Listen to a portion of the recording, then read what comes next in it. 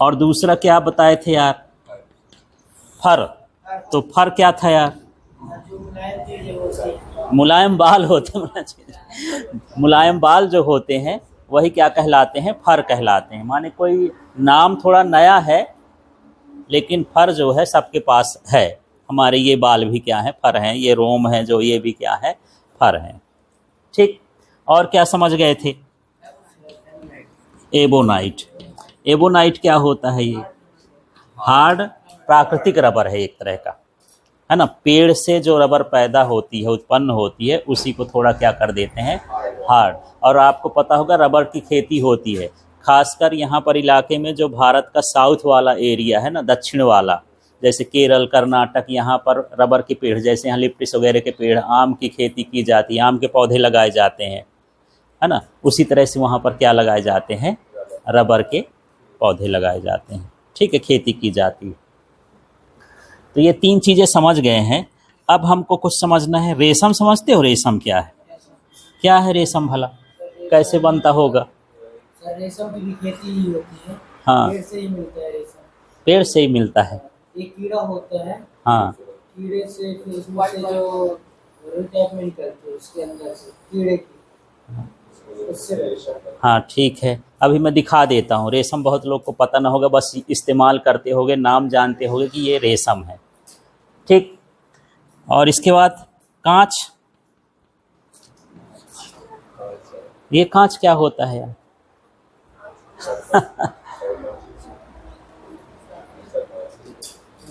ये किससे बनता होगा? रेत।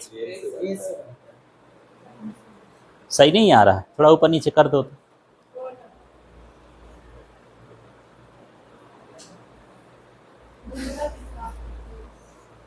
हो गया, फिर उसको देखेंगे एडिटर से। एडिटर से फिलहाल आने दो जैसा आता है। तो कांच किससे बनता है? रेत से। और क्या? प्लास्टिक।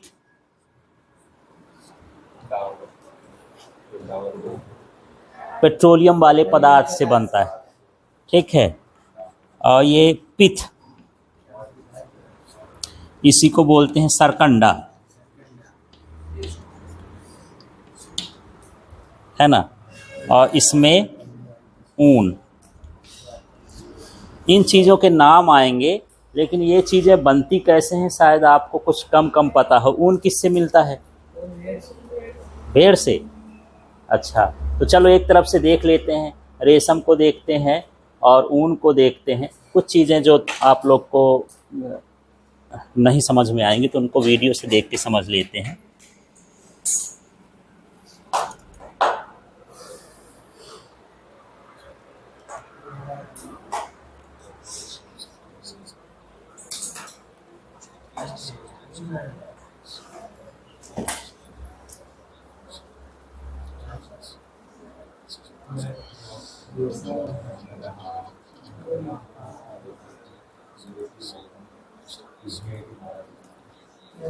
जहाँ आपको समझना है वहाँ बात करते हैं। नमस्ते, आ जाओ आ जाओ। नमस्ते नमस्ते, बैठो।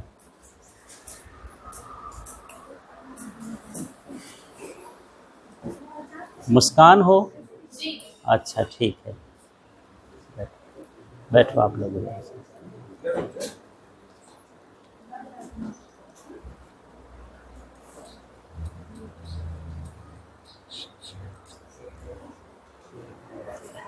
अच्छा ठीक है, चलो अभी आप लोग आए हो, लास्ट में रुक जाना, कुछ चीज़ें बता देंगे। ये आपको क्या दिख रहा? भेड़। और जो भेड़ ठंडे स्थानों में रहती है उसके बाल बड़े होते हैं, और बड़े होने का कारण ये है कि वो बाल ठंडी से उसको बचाते हैं, इसलिए वो बाल क्या होते हैं? बड़े। जैसे हमारे यहाँ भेड़ ला के रखोगे, वहाँ की जम्मू कश्मीर की भेड़ यहाँ ला के रखोगे तो उनके बाल उतना नहीं बढ़ेंगे, है ना। लेकिन यहीं की भेड़ वहाँ ले जाके रख दोगे तो कुछ समय बाद उसमें एडाप्टेशन, अनुकूलन आ जाएगा और वो भेड़ सभी क्या हो जाएंगी? माने बड़े बड़े बाल वाली हो जाएंगी। और इतना बाल ज़्यादा हो जाता है कि ये बालों के कारण मर जाती है। माने बालों का भार ज़्यादा हो जाता है और भेड़ का भार क्या होता है, कम। जैसे मान लीजिए 30 किलो की भेड़ है तो पता चला कि धीरे धीरे बाल बढ़ करके 100 किलो हो गए, वो उठ ही नहीं पाती है और धीरे धीरे करके क्या हो जाती है, मर जाती है।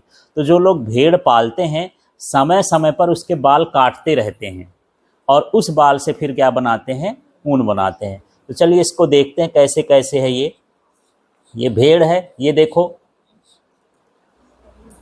ये इस तरह से ये इतना निकल रहा है इसमें, इसको छीलते हैं जैसे नाई कभी कभी मुंडा कर देता है ना, वैसे यही हाल है। ये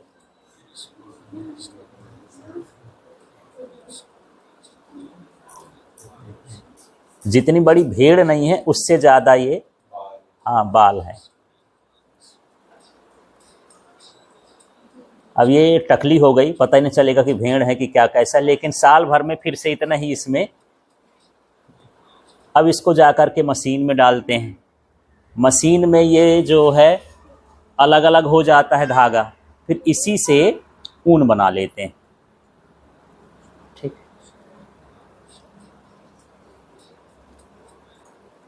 तो ऊन समझ में आया।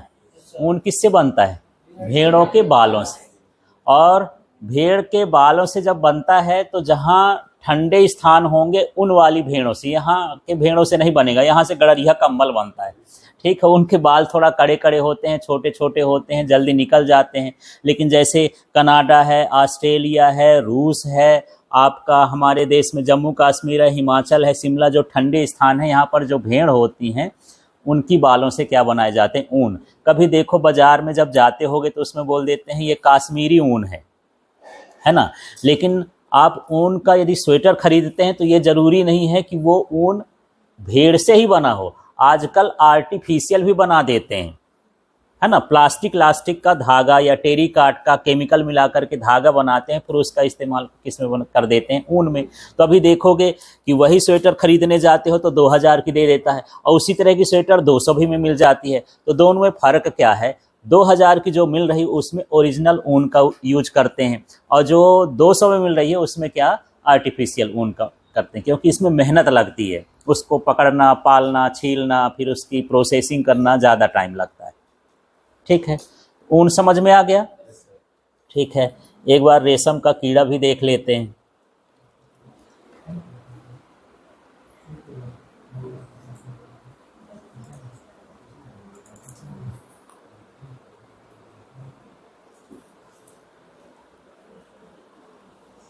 इस तरह का ये, मैं पूरी साइकिल बता दूं तब फिर।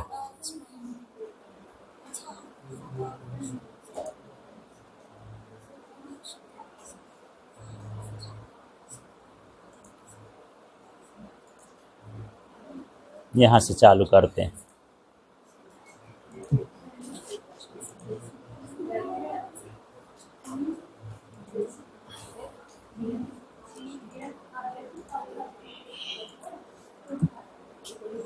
जो लोग रेशम की खेती करते हैं उनको अपने आसपास सहतूत का एक पेड़ होता है, उसकी पत्तियों को काटते छांटते हैं, है ना। और जो बड़ा रेशम का कीड़ा होता है उसको पकड़ के लाते हैं। उन पत्तियों में वो क्या देता है, अंडे देता है और उन्हीं पत्तियों को खा करके बड़ा हो जाता है, फिर ककून वगैरह बनाता है। ककून का मतलब एक खोल बनाता है ना। अपने चारों तरफ लार निकालेगा और उस लार से बाहर की तरफ अपना क्या बना लेगा, खोल। वो अंदर सुरक्षित रहता है। फिर कुछ समय बाद जब और बड़ा हो जाता है, उड़ने लायक हो जाता है, तो उस खोल को थोड़ा सा छेद बना करके उड़ जाता है। फिर उस खोल को हम इकट्ठा करते हैं और फिर उसको केमिकल में डालते हैं तो घुल जाता है और इसके बाद फिर उससे क्या बनाते हैं, रेशम बनाते हैं। तो चलो अभी देख लेते हैं, फिर बातें करेंगे जब बोर्ड में आते हैं। तो फिर इसको आगे बढ़ा देता हूँ। ये सहतूत की पत्तियाँ हैं, इनमें रेशम का कीड़ा जल्दी से पलता है, देख लो। कुछ लोग खेती करते हैं और जो नेचुरल तरीके से होता है वो वहीं पर अपना पेड़ों में ही, इसको लार्वा बोलते हैं। हाँ, लार्वा होता है, पहले अंडे होते हैं, फिर लार्वा होता है, फिर प्यूपा होता है, फिर इसके बाद बनता है। कभी आप देखना पानी भर के रख दो खराब पानी हो, उसमें अंडा, वो मच्छर अंडा देगा तो अंडे आपको दिखाई नहीं देंगे, कुछ दिन में छोटे छोटे पूंछ वाले कीड़े दिखने लगेंगे, और जो पानी के अंदर भी डूबे रहते हैं। जब छोटा कीड़ा रहता है तो वो मरता नहीं है पानी के अंदर भी, फिर कुछ दिन बाद उसकी पूंछ बड़ी हो जाती है, पंख निकल आते हैं, फिर वो निकल जाता है। आपको लगता होगा कि ये कौन सा कीड़ा है, लेकिन वो कीड़ा क्या होता है, मच्छर होता है। ठीक, बिल्कुल छोटे छोटे होते हैं, इसी की तरह से होते हैं। तो आप मच्छर भर देखे होगे ना, मच्छर का अंडा देखे होगे ना, उसका प्यूपा देखे होगे ना, लार्वा देखे होगे, लेकिन कहीं भी पानी में आप इसको बड़ी आसानी से देख सकते हो। बस पानी कैसा होना चाहिए, कुछ 15-20 दिन का भरा हुआ होना चाहिए। तो उसमें जो छोटे छोटे आपको कीड़े दिखेंगे वो ओरिजिनल में क्या होते हैं, मच्छर, ऐसे लंबे लंबे पूंछ वाले होते हैं, बाद में भी बड़े होकर मच्छर बन जाते हैं।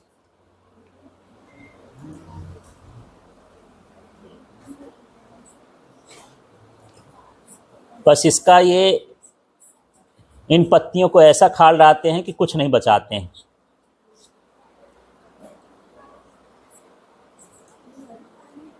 ये और देख सकते हो थोड़ा काले से गोरे हो गए हैं अब ये,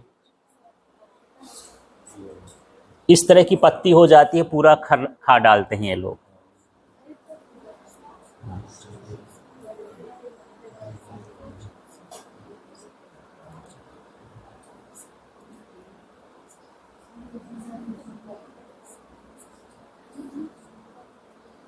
ये पत्तियां बदलते रहते हैं, जो लोग खेती करते हैं रेशम की उनके लिए है।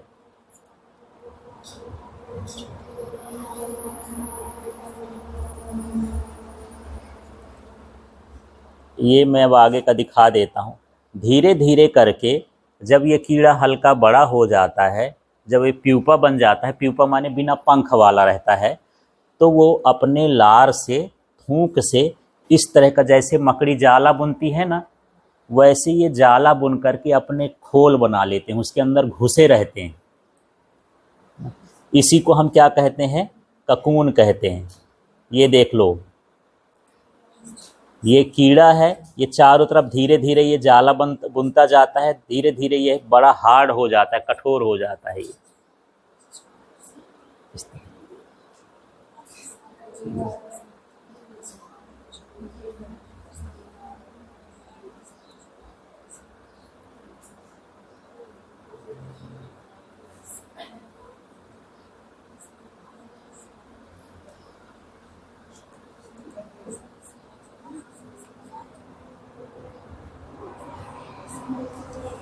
ये इसके अंदर इस तरह से बिल्कुल खोखला चिकना जैसे बना लेता, जैसे पुट्टी कर दिए हों।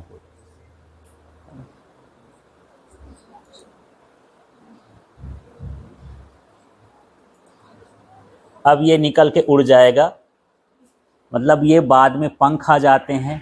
जब पूरा बन जाता है इसका आकार, तब ये जो है इससे बाहर निकलता है, ये तितली जैसे बन के। ये होता है रेशम का कीड़ा और ये होता है ककून। इसको हम अलग कर लेते हैं और इसको फिर इससे रेशम बनाते हैं ऐसे।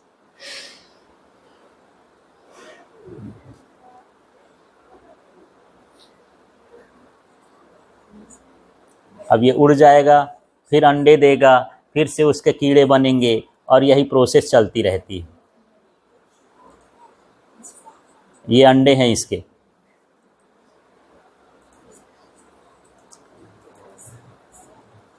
अब ये ककून को इकट्ठा करते हैं, जो लोग खेती करते हैं उनका इस तरह से बना देते हैं कि वो आसानी से ककून बनाए, जाला माला जोड़ने ओढ़ने में आसानी हो उनको।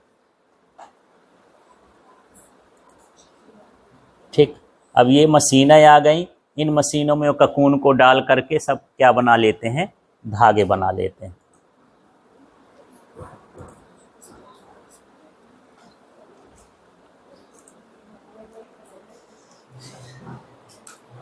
तो समझ में आया यार? मैं यहाँ पर सिर्फ अभी 2 चीज़ें बता चुका हूँ, ये तो पहले भी देख चुके हो। रेशम किससे बनता है? रेशम का कीड़ा होता है, ठीक है ना। और उससे क्या बनता है? ककून। ककून से धागा बनता है और उस धागे को रेशम कहते हैं। लेकिन आज के ज़माने में जो रेशम बनता है वो सब आर्टिफिशियल होता है, ठीक है ना। ओरिजिनल में ये वाइट होता है, सफ़ेद रंग का होता है। लेकिन पुराने ज़माने में ये होता था कि बोलते हैं नज़र लग गई, भूत प्रेत लग गया तो काला धागा बांधना है, तो रेशम को रंग करके क्या बना देते थे, काला बना देते थे। ओरिजिनल में होता क्या है, सफ़ेद। लेकिन आज के ज़माने में आपको हर रंग का रेशम मिल जाएगा, ठीक है।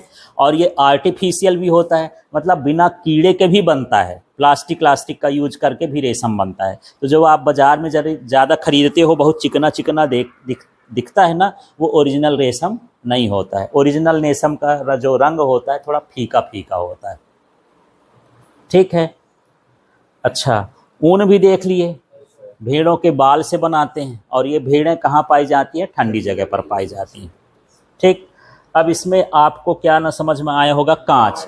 अब कांच का क्या करते हैं, जैसे हम घर तो रेत से बनाते हैं, उसी रेत से कांच बनता है। कांच को फैक्ट्रियों में, वो रेत को फैक्ट्रियों में ले जाते हैं और उसको कोयला से या कोक से और चूना पत्थर से गर्म करते हैं। इतना गर्म करते हैं कि रेत भी पिघल जाता है। और जब रेत पिघलता है तो फिर नीचे जाके पिघला पिघला इकट्ठा हो जाता है। तो उसमें दो भाग होता है, एक कांच होता है, एक कचड़ा होता है। तो जो कचड़ा होता है उसका लेयर ऊपर होता है। जैसे मान के चलो कि रेत को हम ये पिघलाए और इसमें ये रेत जो है पिघल करके इतने में इकट्ठा हो गई।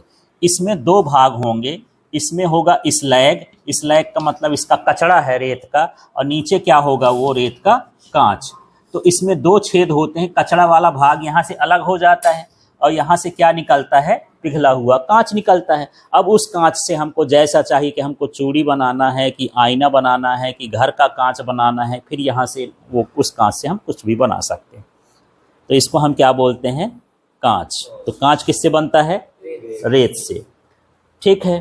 प्लास्टिक बता चुका था कल भी कि जब हम किसी पेट्रोलियम वाले, जिससे पेट्रोल निकलता है, डीजल निकलता है, ये सारा पेट्रोलियम कच्चा तेल जिसको बोलते हैं, उसको जब गर्म करके सब कुछ निकाल लेते हैं तो जो नीचे का हिस्सा बचता है, कचड़ा, उसको हम क्या बोलते हैं, प्लास्टिक बोलते हैं, ठीक है। अब बात करते हैं पिथ, या आपके एनसीईआरटी में एक शब्द आया है सरकंडा। ये सरकंडे की गोलियां क्या होती हैं, है ना। तो पिथ क्या होता है, जो पेड़ का बीच वाला हिस्सा होता है वो थोड़ा मुलायम होता है, उसको गोल गोल गेंद जैसे बना लेते हैं, उसी को हम क्या बोलते हैं, पिथवाल। बाज़ार में भी मिलता है पिथवाल। कभी कभी आप लोग जो है छोटी छोटी फोम जैसे गेंद लेके आते हो और उससे कुछ लिखना हो, वेलकम या हैप्पी बर्थडे, तो उसको चिपका के लिखते हो, छोटी छोटी कलरफुल गेंद आती है। समझ में आया आपको, नहीं देखे हो, ऐसे छोटी छोटी गेंद हल्की हल्की आती है, फोम जैसे, थर्माकोल जैसे बनी रहती है ना। कभी उसको गुब्बारे में डाल देते हो, यहाँ टंगा दिए, फोड़े तो फैल जाती हैं, है ना। कभी उसी गेंद से कुछ कुछ उसका लिख देते हो, कभी नाम लिखते हो, कभी जैसा सेरेमनी हुआ, सेलिब्रेशन हुआ, उसके हिसाब से उसको लिखते हो। वो क्या रहती है, पिथवाल होती है। तो उसको बनाते कैसे हैं, उसको जैसे मान लो कोई बड़ा पेड़ नहीं, छोटा पेड़ भी हो, ये पेड़ है, इस पेड़ में से इस वाले हिस्से को छील के अलग कर दो, इस वाले हिस्से को छील के अलग कर दो। अब जो बीच का हिस्सा बचता है ये थोड़ा मुलायम होता है, इसको कूटें या छोटी छोटी गोली बना दें, उसको हम बोलते हैं पिथबाल्स, या उसी को क्या बोला जाता है, सरकंडा, ठीक है। हाँ, तो ये क्लियर हुआ। अब मैं इनका नाम क्यों लिया यार, इनकी ज़रूरत क्या थी, इतने सारे नाम क्यों बताया, और बाकी का नाम भी बता देता, है ना। ये सारी चीज़ें जो हैं, यदि हम किसी चीज़ में रगड़ें या इन्हीं को भी आपस में रगड़ दें तो क्या होता है, ये हल्की वस्तुओं को खींचती हैं। माने इसको कागज़ के पास ले जाओ तो उसको आकर्षित कर लेगा, घास फूस के पास ले जाओ तो उनको ये क्या कर लेते हैं, आकर्षित कर लेते हैं, ठीक है। ये क्लियर हो गया। तो ये जितने भी ये हैं, ये आवेश को रख सकते हैं अपने पास, इसलिए मैं इनकी बात कर रहा हूँ, है ना। कल भी दिखाया था, इस कंघे को अपन घिसे और घिसने के बाद कागज़ के पास ले गए तो वो क्या हुआ, चिपका। तो कंघा क्या होता है, एबोनाइट होता है, और कागज़ को चिपका लेता है क्योंकि उसके अंदर क्या आ जाते हैं, आवेश आ जाते हैं, ठीक है। अच्छा, ये आवेश आके करते क्या हैं यार, क्या रहन आते हैं आवेश, क्या इन्हीं की वजह से आवेश उत्पन्न होता है। कभी कभी जैसे बहुत ठंडी हो तो आप लोग स्वेटर वेटर पहनते हो, ठीक है, और स्वेटर पहनने के साथ साथ आप जो है जब उसको उतारते हो, कभी अंधेरे कमरे में लाइट कम हो तो क्या होता है, चिट की आवाज़ आती है। कभी ऐसा अनुभव किए हो? तो उसके अंदर क्या होता है, आवेश आ जाते हैं। और वो जो उस आवेश क्यों आ जाते हैं, क्योंकि उसमें क्या मिला होता है, ऊन मिला होता है। और ऊन जल्दी आवेशित होता है, ये जल्दी आवेशित होने वाली चीज़ें हैं। ठीक है, टेरिकाट का कपड़ा हो, टेरिकाट का मतलब जो चिकना चिकना कपड़ा हो, उसको भी उतारोगे तो ऐसा होगा। मच्छरदानी में सो रहे तो मच्छरदानी में ऐसे करोगे तो थोड़ी थोड़ी चिंगारी निकलती है। ज़्यादा कुछ नहीं करो, आपके पास मोबाइल होता है, मोबाइल यहाँ पर पेन से, नीली पेन से, और उसमें एक गोला बनाओ, है ना, समझ गए कैसा? पेन से क्या करना है, इसको पोतना है। पोतने के बाद मोबाइल की लाइट जलाना, और लाइट जलाने के बाद उसका फ्लैश रखना, और फ्लैश रखने के बाद किसी को बोलना कि तुम छुओ, तो उसको ऐसे थोड़ा सा छुएगा तो झटका लगे। बस आप चप्पल भी पहने रहना, नहीं ऐसे रहोगे ना तब फिर वो आवेश तो धरती में चले जाएंगे तो इतना ज़्यादा ना होगा। ठीक है, आपको ऐसे पहन करके ये प्रैक्टिकल खुद कर सकते हो। तो वो जो पेन है, लाइट की वजह से क्या हो गया, उसमें क्या आ गया, आवेश आ जाता है। ठीक, और ये बड़ा सा आसान सा तरीका है, इसको कर सकते हो। ठीक, तो अब मैं बात कर रहा था आवेशों का विसर्जन, कि आवेश आते भी हैं और आवेश जाते भी हैं। जैसे आप जब स्वेटर दिन भर पहने पहने ऐसा ऐसा चलते हो तो आपस में ये घिसता रहता है, घिसने के कारण उसके अंदर क्या आ जाता है, आवेश। जब आप उतारते हो तो वो आवेश फिर चिट चिट करके जब निकलते हैं तो किस में मिल जाते हैं, हवा में। तो वही चीज़ है आवेश का विसर्जन। तो आवेश का विसर्जन क्या है, आवेश का आना, आना कि जाना, जाना। किसी वस्तु से आवेश का निकलना क्या कहलाता है, आवेश का विसर्जन, है ना। कभी कभी दुर्गा जी का विसर्जन करते हो, या किसी का भी जब घर में मूर्ति उर्ति रख लेते हो तो उसको क्या करते हो, विसर्जित करते हो, माने उनको वहां से क्या करते हो, निकालते हो। ठीक है, और जब आता है तो बोले आवेशित होना, और जब जाता है तो बोलते हैं निरावेशित होना, या क्या हो जाना, विसर्जित हो जाना। ठीक है, अब तो बरसात का मौसम भी आने वाला है यार। बरसात में क्या होता है, बिजली कड़कती है ना। क्यों होता है ऐसा, भला क्या सोचे हो? ऊपर इंद्रदेव बैठे हैं, पहले वो बादल को बाण मारते हैं, कहते हैं तीर मारते हैं तो बादल टूटता है, तब जाकर के नीचे गिरता है। लेकिन अब हम साइंस वाले हैं तो साइंस की बात ना करें, होता क्या भला। हाँ, पुराने जमाने में मानते थे कि पाताल लोक में एक राक्षस रहता है। ठीक है, और उस राक्षस को क्या करते हैं, भगवान ने केवल इतनी जगह दी थी कि तुम एक खटिया भर में सो सकते हो, इतनी जगह, बाकी तुम्हारा कोई इलाका नहीं। तो उसको मारते रहते हैं, तो अपनी खटिया इधर उधर खिसकाते रहता, मरता नहीं, ऐसा बोलते हैं। ठीक है, लेकिन अपने साइंस में क्या होता है कि ये जो बिजली तड़कती है, क्यों तड़कती होगी आपके हिसाब से, क्या सोचते हो इसमें क्या होता होगा यार इसके? कैसे लाइट आ जाती है, कोई जनरेटर लगा है ऊपर, और बिजली में गिरता क्या है, कुछ सामान वामान गिरता है क्या, क्या होता है, सोचो भला।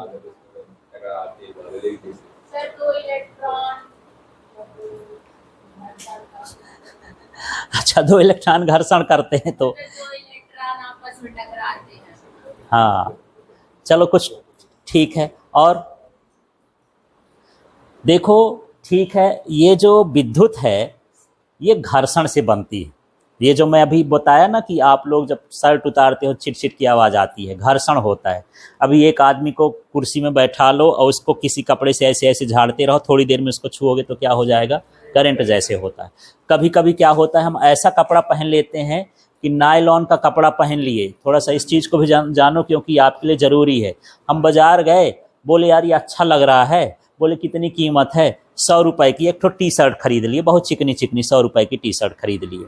अब हम उसको पहन लिए तो क्या होता है कि जब हम उसको उतारते हैं तो वो बालों को अपनी ओर खींचता है, बाल खींचते हैं, बाल खड़े हो जाते हैं आवेश के कारण। तो उसके कारण पूरे शरीर में क्या हो जाती है, खुजली होने लगती है, इन्फेक्शन हो जाता है। हमको पता ही नहीं चलता कि ये बीमारी कहाँ से हो गई, है ना। क्योंकि आवेश माने यहाँ पर जो है, जो आपके बाल हैं वो क्या कहला गए, फर।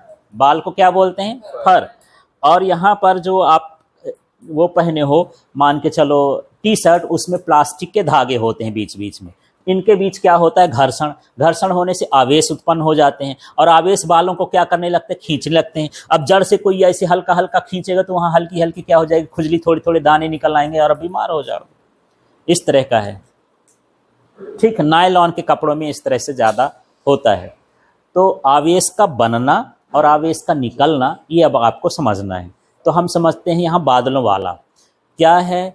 जैसे आप लोग बैठे हो, यहाँ से वाष्पीकरण हो रहा है, पानी निकल रहा है, हमारे शरीर से निकलता है, पेड़ पौधों से निकलता है, गली जितना भी जहाँ भी धूप पड़ती है, गर्मी पड़ती है, हमेशा वाष्पीकरण होता है।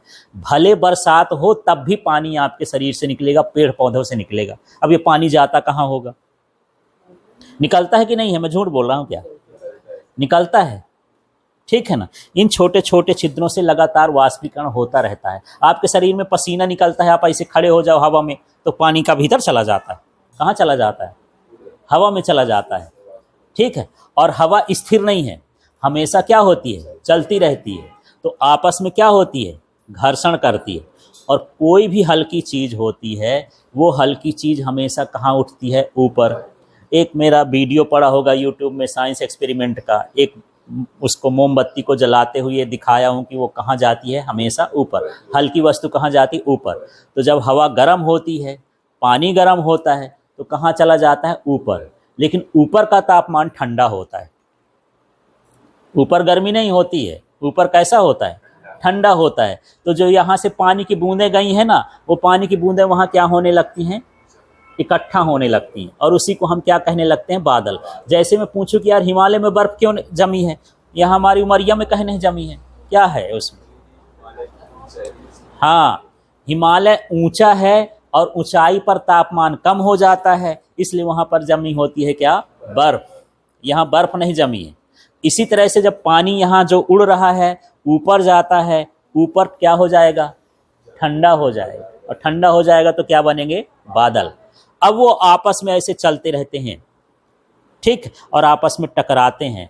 टकराने से बहुत सारा उसमें क्या आ जाता है, आवेश आ जाता है, ठीक है। अब किसी चीज को भरते जाओ, जैसे इस लोटे में मैं पानी भरूं 2 गिलास 3 गिलास, मान लो इसकी क्षमता 3 गिलास है, अब चौथा गिलास डालूंगा तो क्या होगा यार, बाहर निकलने लगेगा। तो जब वो घर्षण होता है तो इसके अंदर क्या भरते हैं, आवेश। और जब पूरा भर जाएगा तब क्या होगा, ये फूट पड़ेगा, है ना। ये जब बादल आपस में उड़ते रहते हैं, ये उड़ते रहते हैं, तो इनके अंदर क्या आ जाते हैं, आवेश। फिर ये बादल जब आवेश ज़्यादा हो जाते हैं तो आपस में टकराते हैं, तेजी से एक दूसरे को खींच लेते हैं, आकर्षित कर लेते हैं। जैसे एक चुंबक ही हो तो मान लो क्या कर लेते हैं,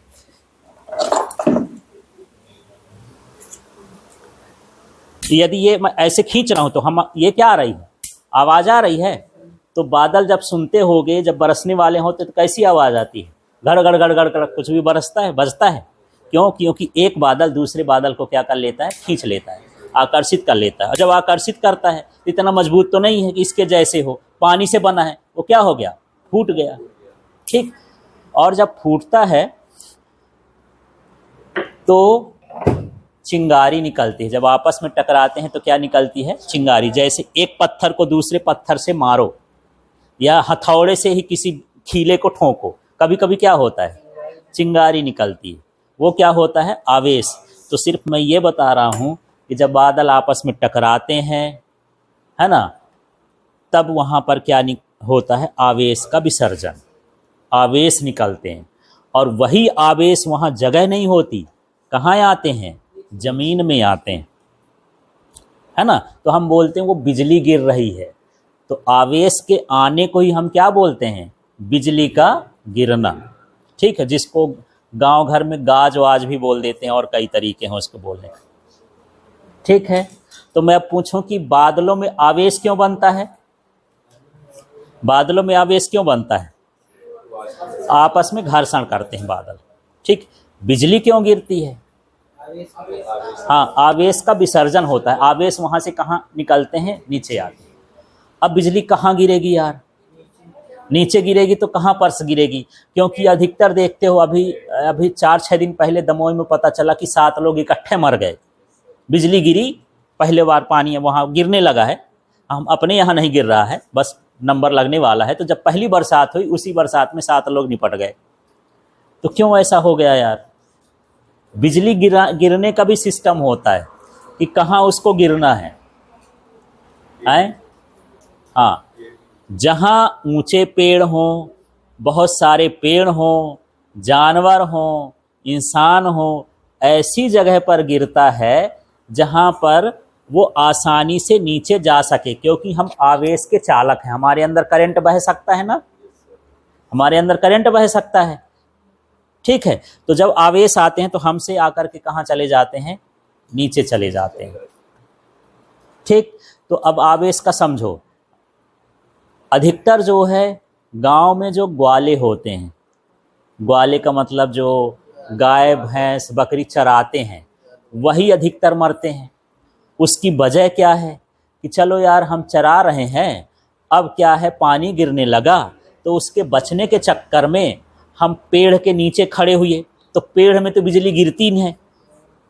ठीक, साथ में हमारे गाय भैंस भी खड़े हो गए, तो पेड़ भी चालक, गाय भैंस भी चालक, हम भी चालक। बिजली गिरनी होगी उस साइड तो वो गिरेगी इसी साइड। थोड़ा अपना मार्ग डाइवर्ट कर लेते कि उसको ज़मीन के अंदर जाना है, आसानी से जहाँ से वो आवेश जा सकते हैं वो, और आवेश दिखाई नहीं देते। वो डंडा जैसे पकड़ोगे कि पकड़ लूँ, वैसे तो पकड़ में नहीं आएंगे।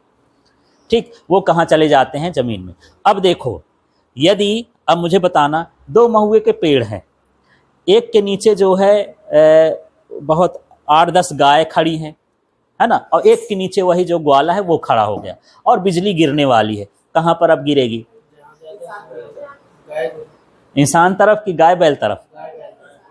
हाँ, गाय बैल तरफ, क्योंकि वहाँ कंडक्टिविटी ज़्यादा है इस। ठीक है ना, माने कहना चाहिए पेड़ पौधे भी लगे हैं, जानवर भी बहुत सारे हो गए, तो उधर न गिर करके फिर इधर गिरेगी। ठीक, अच्छा ये हो कि जब बिजली गिरने वाली हो तो पेड़ पौधों के नीचे ज़्यादा नहीं खड़े होना चाहिए। फिर ऐसा होता है कि पेड़ के नीचे हम खड़े हैं, अब हम मोटरसाइकिल से गए तो बोले कि यार चलो अब पानी तो गिर रहा, मोटरसाइकिल खड़ी करके मैं इसी के पास चला गया, पेड़ के नीचे खड़ा था। तब हम बातें करते हैं, क्योंकि अब ऐसा इंसान की तो ये फितरत होती है ना कि अकेले कौन खड़ा हो।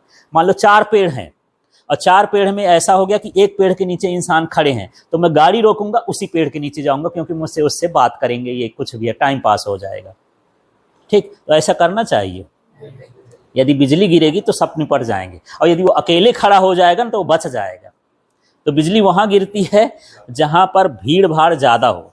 मान लो यहाँ पेड़ पौधा नहीं है और ये खुला छत हो और बिजली गिरने वाली हो, तो हम लोग निपट जाएंगे, क्योंकि हम लोग जो हैं कंडक्टर हैं। हम इतने सारे लोग बैठे हैं ना, तो हम यहाँ कंडक्टर का काम करेंगे, और कोई अकेला उधर होगा उसको कुछ ना होगा।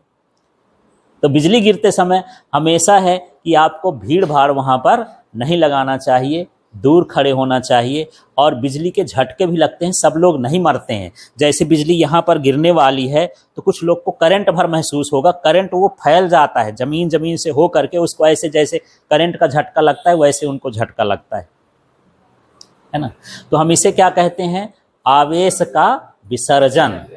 ठीक है, तो आवेश खतरनाक होता है। जैसे ये बोला कि हाँ हम उसको उठाते हैं तो चिट चिट की आवाज़ आती है, छोटी छोटी चिंगारी निकलती है, क्योंकि उसमें कम आवेश होंगे। जब ज़्यादा आवेश होंगे ज़्यादा चिंगारी निकलेगी, ज़्यादा आवाज़ आएगी। तो बादलों में कैसे आवेश होंगे? ज़्यादा, इसलिए ज़्यादा चिंगारी निकलती है और ज़्यादा ही क्या आती है? आवाज़ आती है। समझ में आ गया आप लोग को? ठीक है, तो अब इसका बहुत सारा उपयोग भी है। जैसे हवाई जहाज का नाम सुने होंगे, हवा में उड़ती रहती है क्या, कि नीचे भी चलती है? हाँ, वो जब टेक ऑफ करती है या लैंड ऑफ करती है, हवा में उड़ती है, ज़मीन में आती है। हवा में तो इंसान नहीं रहा जाएगा, तो जब ज़मीन में आती है तो ऐसे नहीं फिसलती। उड़ते समय देखते हैं तो टायर का पता नहीं रहता, उसमें टायर रहता है हवाई जहाज में, कहीं उसको रोड में चलना है क्या?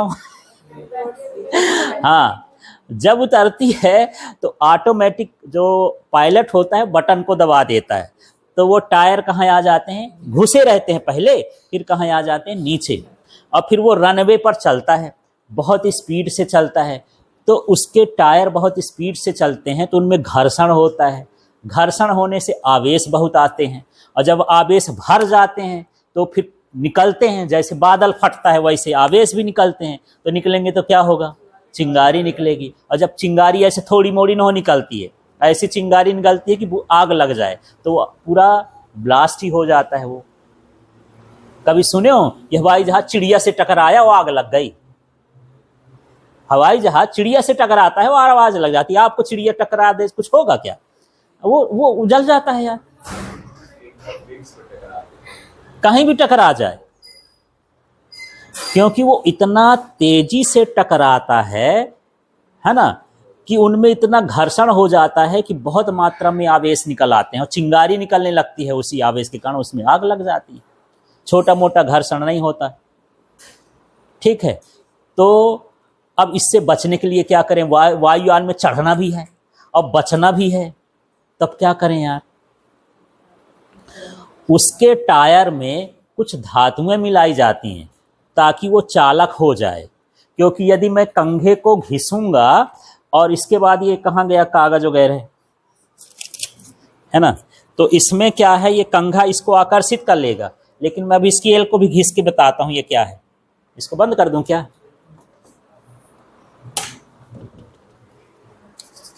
ये देख लो, इसको घिस रहा हूं तो ये इसको ये पकड़ लिया था, छोड़ रहा है ना, ये इसमें चिपका है। फिर से दिखाऊं, सूखे बालों में होता है, तेल लगे बालों में जल्दी नहीं होता है।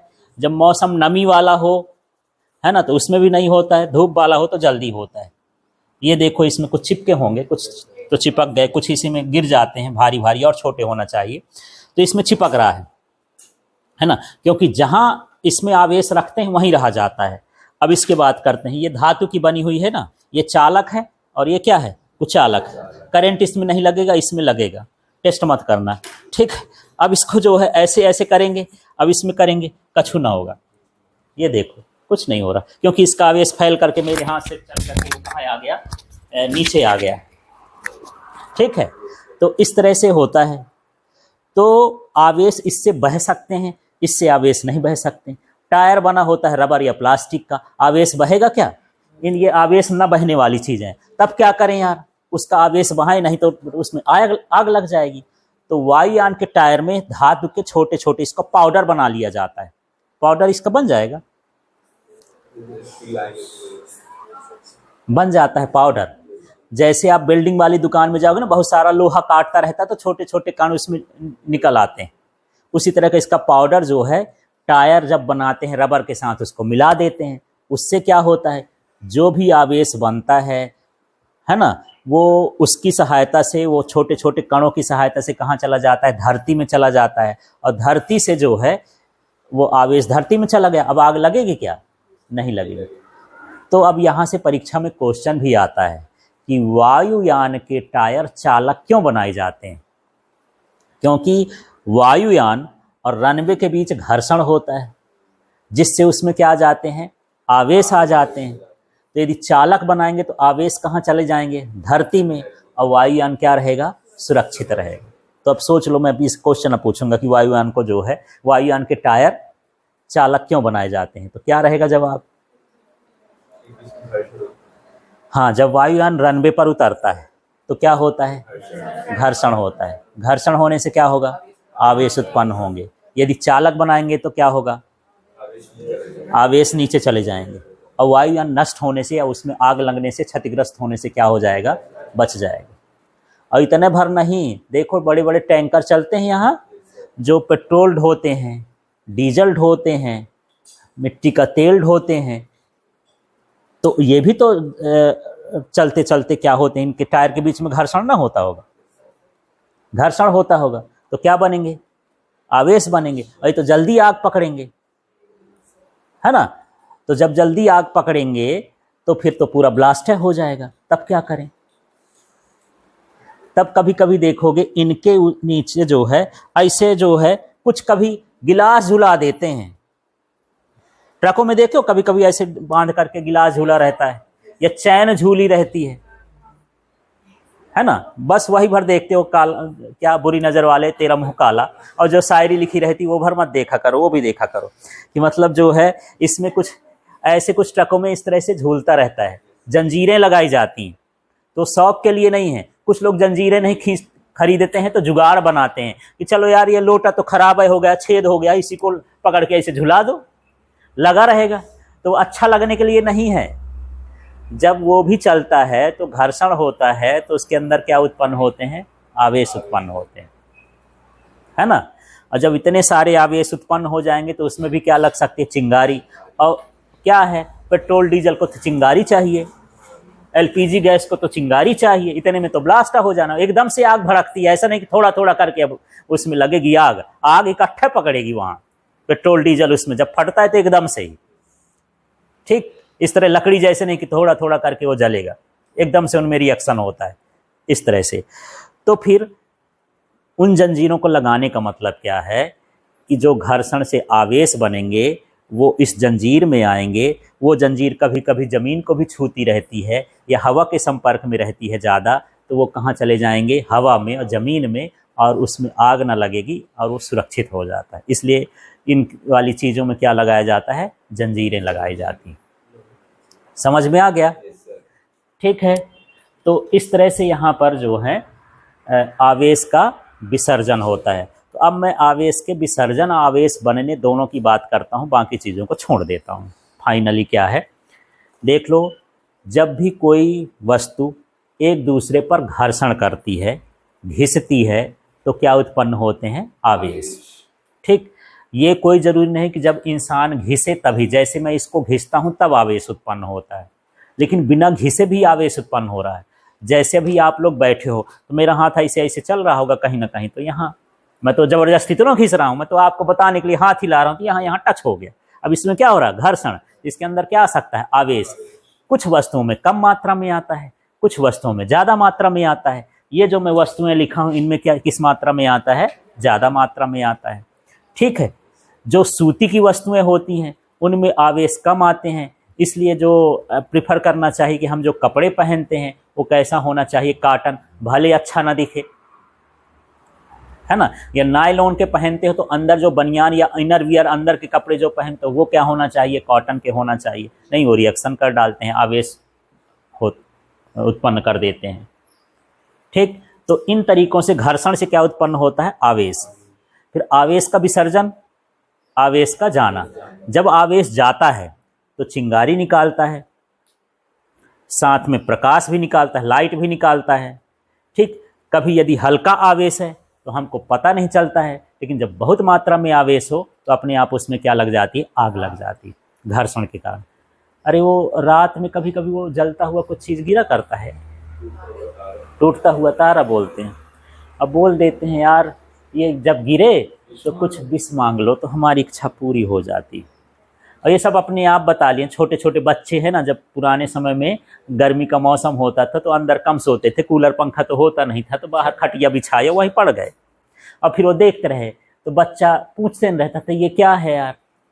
तो अब उसको माँ है जो वो सुलाने के लिए 2-3 तरह के बहाने बना देती। अरे उधर मत देखो, वो भूत ऊत है, किसी की आत्मा जा रही होगी। तो लड़का चुप हो गया। ठीक, और जब नहीं डरा तो बोले हो गया, देख लो, इससे कुछ जो तुम इच्छा करोगे वो तुम्हारी क्या हो जाएगी? पूर्ति हो जाएगी। इस तरह से करते हैं। तो बड़े बड़े पत्थर होते हैं, पहाड़ के टुकड़े होते हैं, है ना। जैसे पृथ्वी है तो बहुत बड़ी है, इससे छोटे छोटे टुकड़े पृथ्वी और मंगल ग्रह के बीच में, जिनको हम बोलते हैं उल्का, उल्का पिंड। इसको क्या बोलते हैं? उल्का। तो कभी कभी ये पृथ्वी के गुरुत्वाकर्षण में फंस गए तो पृथ्वी की ओर खींचते हैं, है ना। और पृथ्वी के वायुमंडल में इतना घर्षण होता है, इतनी तेजी से आते हैं कि उसमें इतना आवेश उत्पन्न होता है कि उसमें आग लग जाती। तो ये इतना बड़ा पहाड़, इतना बड़ा, मान लो जितना बड़ा उमरिया है, इतना बड़ा पहाड़ भी वहाँ आग लग जाता है। किसके कारण? आवेश के कारण। आवेश में इतनी क्षमता होती। बस आपका घर्षण जितना अधिक होना चाहिए, जितना अधिक घर्षण होगा उतने अधिक मात्रा में क्या होते हैं? आवेश उत्पन्न होते हैं। फिर वो जल जाता है तो उसकी हमारे पृथ्वी के लिए अच्छा है, उसकी राख धीरे धीरे जमीन में गिरती रहती है, दिखाई देती है। मैं झूठ बोल रहा हूँ यार, नहीं गिरती होगी।